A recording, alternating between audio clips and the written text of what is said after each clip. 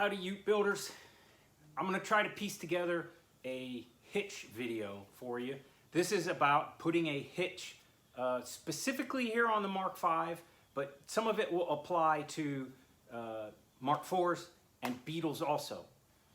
Specific to Mark V, you can get a an aftermarket hitch that bolts right on. Curt and the other one is Draw-Tite. Curt and Draw-Tite both make one. They're in the neighborhood of 150 bucks. They're very, very similar. They're okay, but I have some issues with, there's some things I don't like about them. So here is the Draw-Tite. So this is the Draw-Tite for Mark Vs. It does bolt into the frame. So this side goes up onto the actual frame, and then the other side you drop your rear exhaust muffler, the muffler hanger, and two bolts. You put in a longer bolt, and then the muffler hanger hangs underneath this. It works okay. I have two complaints about them. First is it's only available in 1 1/4. Nobody makes a 2-inch receiver, and I have too much invested in 2-inch stuff. I have a motorcycle carrier, a jet ski carrier, bicycle carrier, and then a various assortment of hitches. So you can put an adapter on it that goes 1 1/4 to 2-inch. That adds some more leverage to your load, which sort of decreases your tongue weight capability. And I'm going to try not to turn this into a towing class because I'm not the towing expert. I do plenty of towing, and it's important to me to be able to carry some stuff. So that's one thing I don't like about this one, is that it's only available in 1 1/4. The other problem I have with it is very low. So they designed it that way so it clears everything. But it hangs low, and then if you have a receiver or a hitch in it, it's going to drag as you come out of the parking lot or what have you, especially if the car's a little bit lowered. So that's kind of a drag too. And in my opinion, it detracts from the look of the car. I love the way the rear end on these cars look. I mean, we spend a lot of time putting this whole rear end on, and I don't want it to be distracted by this goofy hitch sticking out real low. And it draws your attention and distracts you from the good looking rear end on the car. You got to put in a drop hitch upside down, so it raises the ball, or your trailer will be sitting really nose low. And the rating on it is 150 pounds of tongue weight and 1,500 pounds of tow capability.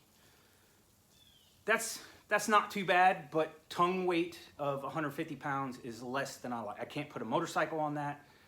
Can't put a jet ski on that. A couple of bicycles is okay. But that's really all you can do with it. So it's not bad. It works. It's a whole lot easier than trying to fab something up. So that's one option that's out there. When you talk about the Mark IVs, things change. So the aftermarket one for Mark IV, and I believe it's the same two companies, Draw-Tite and Curt. The Mark IV, actually, it doesn't all bolt into the frame. One side gets into the frame. The other side bolts into the sheet metal of the spare tire well. And you put a big, well, they give you a plate that's maybe 5 by 3. I've always fabricated a bigger plate to fit in there because I don't like bolting in the sheet metal for towing. So Mark IVs, I really don't like the aftermarket hitches. And again, they're 1 1/4, nothing available. So I want to do something a little more robust. So one of the options, and this is really my favorite, but it requires the most fab work, and it requires somebody that can do pretty good welding. I'm okay welding. I don't trust one of my butt welds as a towing weld. My skill level isn't there. My brother-in-law helps me out sometimes. He is of that skill level, and I trust his welds, and I trust his judgment. So he fabbed one up for me that I put on a wagon, and I really wish I would have just kept doing that all along. Let me get another training aid. So basically, you take off your factory bumper, and you can do this on the Beetle too. So this this idea will apply across the board. Get you some 2-inch box that's fairly heavy duty. This is a little bit overkill. This is actually to make a new tongue to go in the receiver, to put your hitch on. You can order it on Amazon or go to your local metal supplier. As you can see, this is pretty heavy duty. That's a little bit overkill. I would go the next size down. The 1/8 should be plenty adequate. A couple pieces of that, take off the factory bumper. Some of the cars you have to cut a little tab that opens that frame up so that you can slide this into the frame of the car, and then find the spots where you can drill through. There are a couple factory holes, so you can start with that and it already goes through the frame. Then you drill through this and put a couple of bolts through. Sorry, one more training aid. These little wire fishers are awesome. Basically, you thread a bolt onto that, and then you can push this up through the frame and pull it down, and it brings your bolt out. So you can do bolts, instead of having to go all the way through the frame, you can do 1/2 of the frame and from the center of your 2-inch box. So basically you can fish that through this way. This comes with most hitches. That's where I get them, and I just save them. So I have a few laying on the bench. So now you've got a good solid mounted to the frame point where you can mount or weld or bolt a hitch to. So either fabricate or buy a crossbar. So this is actually a Draw-Tite hitch for another application that I cut the welds on those side plates. So I have a crossbar that has a 2-inch hitch on it. The problem with this particular one, and honestly, I'm sorry, I don't remember what car this is to. It's to a truck. Is that this hitch is very long. It's about 9 inches. So I didn't use this one on this car behind me because it was too long. It stuck out too far. And originally I was trying to get it to line up behind the roll pan. So I put a flip up license plate, cut a hole, and it's hidden all the time, and it's not so low. This one wouldn't fit too long, even if I did some trimming on the body of the car. So it's heavy. I'm going to put it down. But that's the good attachment way. That gives you some options then for how you attach it from this to that crossbar. Oh, there's the model number if you're interested. So I'm not saying this one fits, because it definitely doesn't fit. It'll take some modification. But use that example of a side plate, right? And so the crossbar will fit through that hole and you can weld it. And then you can bolt that onto what's sticking out of the frame. Now, this one in particular, you can see that it mounts just below where the bumper is. And that is going to put you at the lip of the license plate area on the roll pan. So I've played around with this quite a bit, and to get the hitch to actually be behind the license plate, it needs to be very close to even with where your frame is. So that would mean getting this guy to line up about like that, and that's where knowing somebody or being able to do good welds will work. And so you can kind of set it up for however you want. This happens to be 37042. This is the one that I actually put on this car. Half of what I did on this car I would do again. Half of what I did I would not. But particularly if you don't have a welder, you may be able to make this work for you.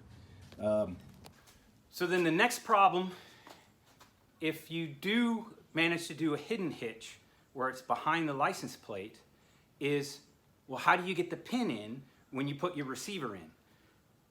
And here's the answer to that, or what I like to do. So these are a little bit expensive. They're 80 bucks, but the lock is what functions the pins there, which is really cool because now when you have a hidden hitch, you don't have to be able to access the pin. You can just slide this in and then turn the key, and now it's locked into the pinholes.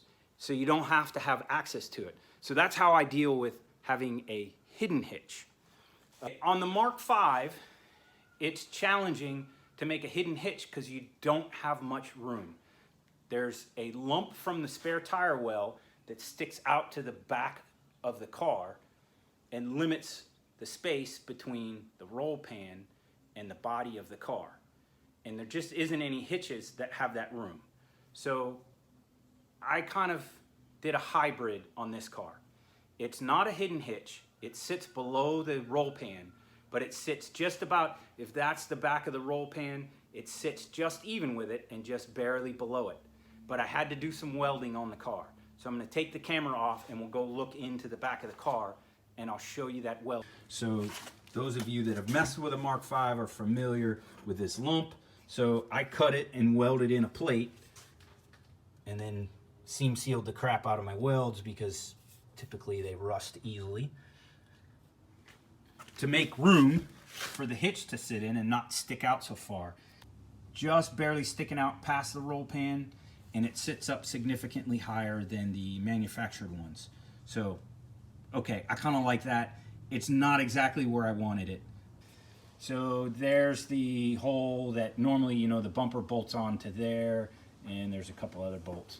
So you take the bumper off, and there's one little tab you got to cut off, and then you can slide 2-inch inside the frame, and it comes out really nice. So that piece, I recommend, whatever the second half of hitch you're going to work out, that is a sound application for towing. So what that looks like then under the car, kind of a pain here, and your exhaust, of course, on the left is in your way. So you could see where I've just cut it off to get it out of the way, and then there's a heat shield, an aluminum heat shield that's normally here. So you got to remove that to get to this. I plan on changing the muffler out anyway, so I just went ahead and hacked it off. But here's what you do: some grade 8 bolts or better, going through the frame, and then of course through your 2-inch box. All right, so then I just took this this sizable hitch and played with the brackets till I got it to bolt on, and you can see I went 4 bolts through there.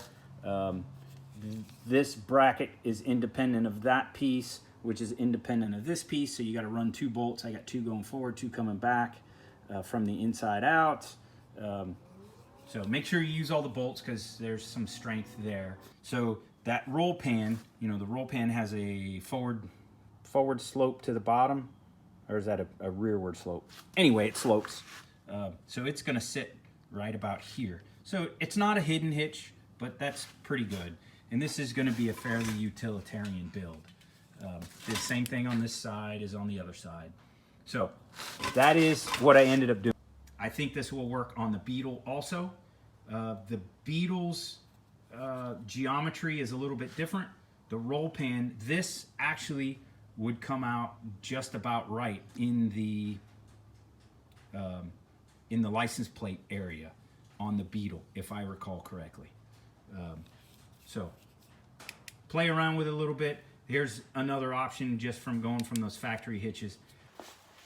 Let me throw this disclaimer out there. This is all my opinions. This is not necessarily DOT certification or vehicle code certifications or requirements. This is my opinions and how I'm approaching this. So please take it all with a grain of salt, and what you build on your car is your responsibility. So be safe. So that's a couple of ideas about hitches. Hopefully it gives you an option or some ideas for another version. Couple of things I will throw out here to be cautious of. I highly recommend getting grade 8 or grade 10 if you're using metric bolts. Shear strength is much higher. Use at least 7/16. You can use 3/8. 3/8 or bigger. 3 or 4 bolts anywhere there's that load. The shear strength on the grade 8 bolts or in the metric grade 10s will just give you a little bit of safety. Depends what you're planning on towing, but make sure your braking is adequate. As always, you know, towing doesn't just put you in danger, it puts anybody else on the road in danger if you've screwed something up. Make sure you have a place for your safety chains, etc., etc. So be safe when you're setting up for towing and if you're fabricating something yourself. But the point being, be safe, be careful. Don't put yourself or somebody else in danger. But you can tow pretty decent loads with these cars. Always, you could put a 5,000 pound hitch on it to tow 1,000 pounds, and there's nothing wrong with that. But don't put a 1,000 pound hitch on and try to tow 2,000 with it. It's very tempting. You get that built, and then somebody says, oh, hey man, can you pick up that stump grinder for me on Saturday? You got a car that'll tow it, maybe your hitch, make sure that your hitch is gonna handle it before you're out on the public roads with it. I hope y'all have success in figuring out how you wanna do a hitch if you are interested in a hitch. It makes the Ute even more utilitarian, being able to tow a little bit. I love towing a couple of jet skis and then having the dolly and the fuel tanks and all that stuff in the bed when we go out to the beach with jet skis, or same with motorcycles. Take a little motorcycle trailer, or put one bike in the bed and then two on the trailer, whatever your combo is. So towing with a Ute is possible. Takes a little bit of fabricating sometimes, depending on what all you want to tow. I wish you all good luck with your project. Be safe and have fun.